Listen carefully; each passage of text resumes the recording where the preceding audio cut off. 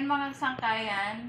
Bali, panibagong araw, panibagong vlog na naman ito. So, ang gagawin natin is mag-haul ulit tayo ng ating pinamili. So, first natin gagawin is buksan natin tong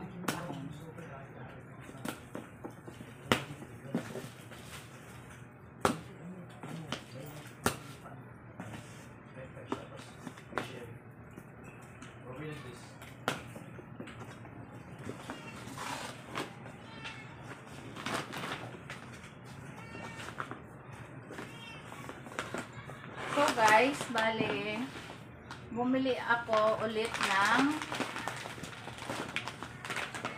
red rice. Kasi ubos na yung aking red rice. Bali, ang natitira na lang yung aking brown rice. So, bumili ulit ako ng bago.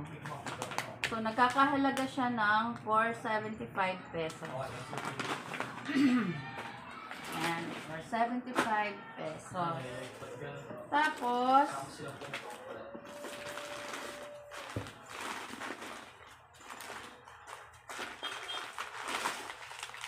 ito guys, bumili ako ng raspberry. Bali, dalawa siya.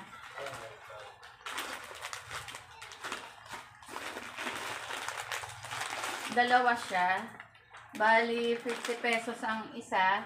Bali, dalawa binili ko. So, nagkakahalaga siya ng ano pala? 150 ang isa pala nito. Sorry, nagkamali ako.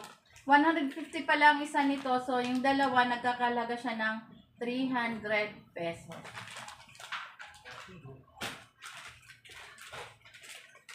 So, wait lang. Ilagay ko muna ito.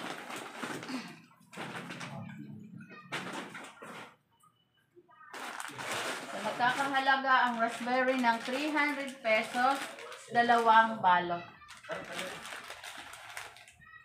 And then, eto naman, buy one take one siya. Nagkakahalaga siya ng 230 pesos. Bali, tikoy siya. 230 pesos, buy one take one na siya. Tapos, bumili rin ako ng pipino. Nagkakahalaga naman siya ng 34.50 pesos. So, bumili ulit ako guys ng avocado. So, nagkakahalaga naman siya ng 150 pesos. Nung nakaraan kasi 172 pesos yun. So, ito, 3 piraso. Siguro mas malaki yun, yung una kong binili. So, ito nagkakahalaga siya ng 150 pesos. 3 piraso ulit. So, bumili rin ulit ako guys ng ano tawag dito? Ng lettuce. So, nagkakahalaga siya ng 38.70 pesos. 38.70 pesos. So, dito naman tayo sa mga karne. So, ito guys, baboy ito. Nagkakahalaga siya ng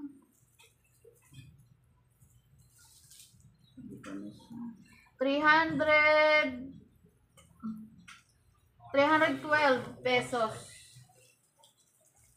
Baboy. So, ibabalik ko lang dito sa kanya. Tapos, chicken naman siya. Nagkakahalaga siya ng 338.69. 338.69 pesos.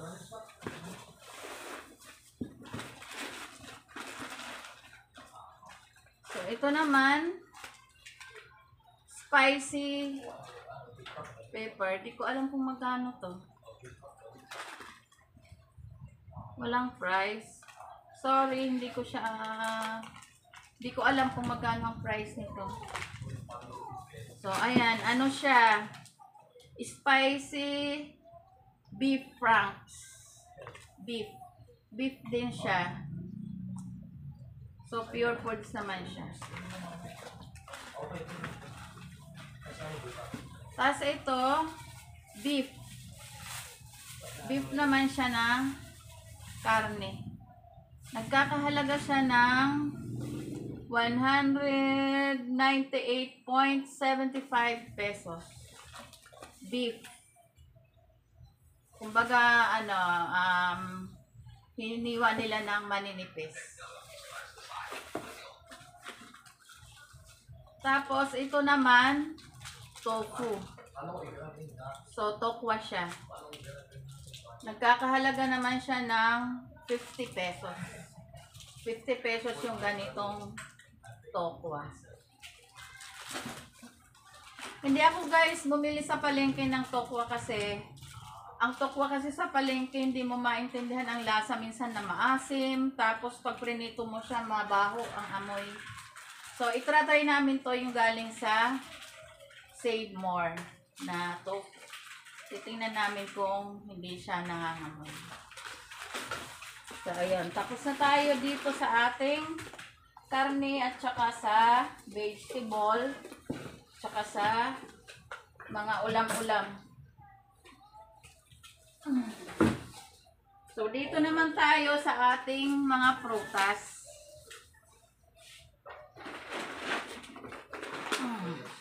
Yup. Bali, itong prutas natin guys, sa palengke ko na siya binili. So, tinignan ko siya kung saan ako makakamura. So, ito, mansanas. Bali, ito guys, bali, 6 na peraso siya. Nagkakahalaga siya ng 100 pesos. 6 na peraso na siya.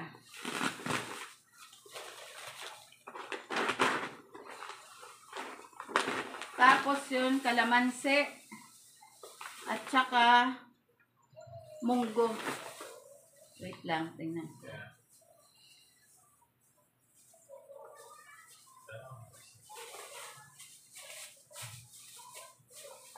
Sa palengke na to binili ko. Itong munggo nagkakahalaga siya ng 30 pesos. So, mag-uulam kami ng munggo sa mga susunod na araw. So, ito naman kalamansi, nagkakahalaga siya ng 40 pesos.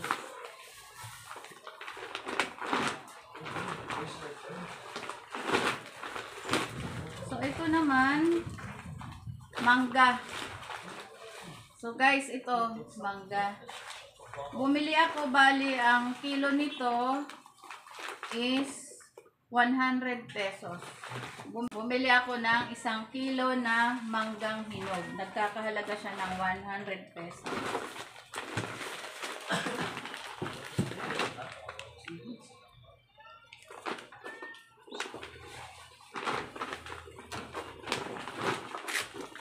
Tapos saging. Bali, itong saging na to is lakatan. Bali, ang kilo nito is 110. Bali, dapat ang babayaran ko dito is 120. So, tumawad ako, naging 110 pesos na lang ang aking binayaran. Nakatawad ako ng 10 piso.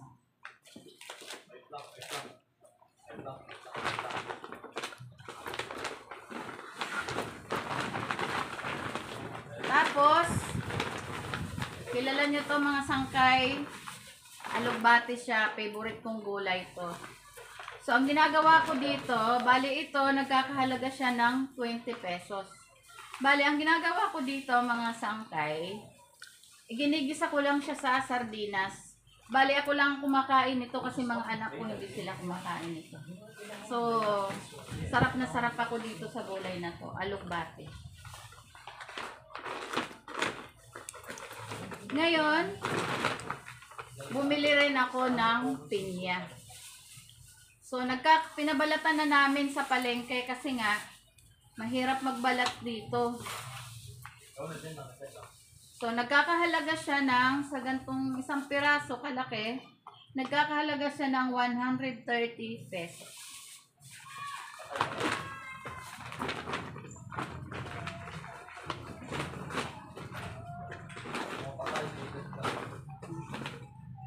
So, ayun. Tapos ito, ano siya, kiyat-kiyat. So, ang isa nito is nagkakahalaga siya ng 50 pesos. Bali, bumili ako siya ng dalawa. So, 100 pesos ang dalawa.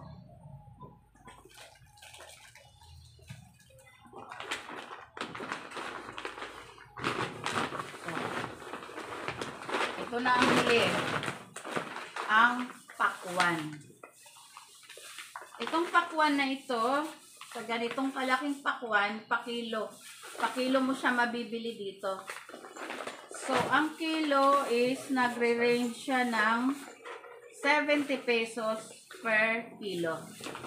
So, ito, nung kinilo ito, nag-range siya ng, ang halaga nito is 227 pesos. Ganito kalaki. 227 pesos na siya, mga sangkay. So, ayun. Yun lang ang ating pinamili sa palengke at sa Save More.